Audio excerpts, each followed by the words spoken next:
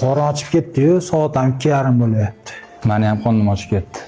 Hozir kelib qolar. Yoki uyda egasi hali ham Ramazon deb o'ylayaptimikin? Rost bilan shu uyda egasi qurilishda sen bilan birga ishlaganmi? Ha, bir paytlar birga ishlaganmiz. Keyin ishlari yurishib, boyib ketdi. Maktabda ham 9 yil birga o'qiganmiz. Hormaylar. Bormisan do'stim? Soat ham 2 bo'lyapti. Roza tutganimiz yo'q biz.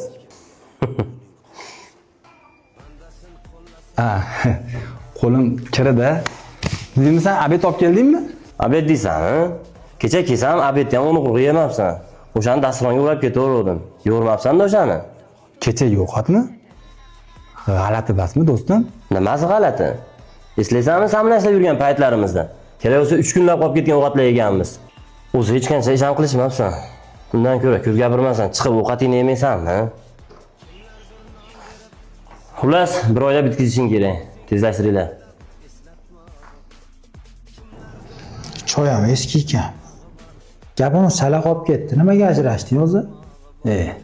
Qaynatamni xizmatini qilmayman, menga bola chaqam o'zi yetadi, o'zim eplab olsam ham deb menga ming'illovdi. Javobini berib oldim. Alimentni to'layapsanmi? To'layapman, oshig'i bilan. Shahardagi oshxonada ishlayapti ekan xotining hozir. Ha, ahmoq xotin. 2-3 odamni xizmatini savob uchun qilmagan, pul uchun minglab odamlarning xizmatini qilib yuribdi-da.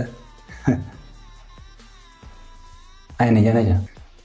Men do'konga chiqib, bu narsa olib kelay, qornim ochib ketdi. Keyin ketaveramiz, obed qilib bo'lib.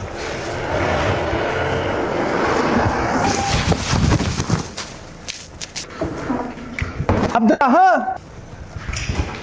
Boqsa yarasidan men odam qilganman deydi bir pasta.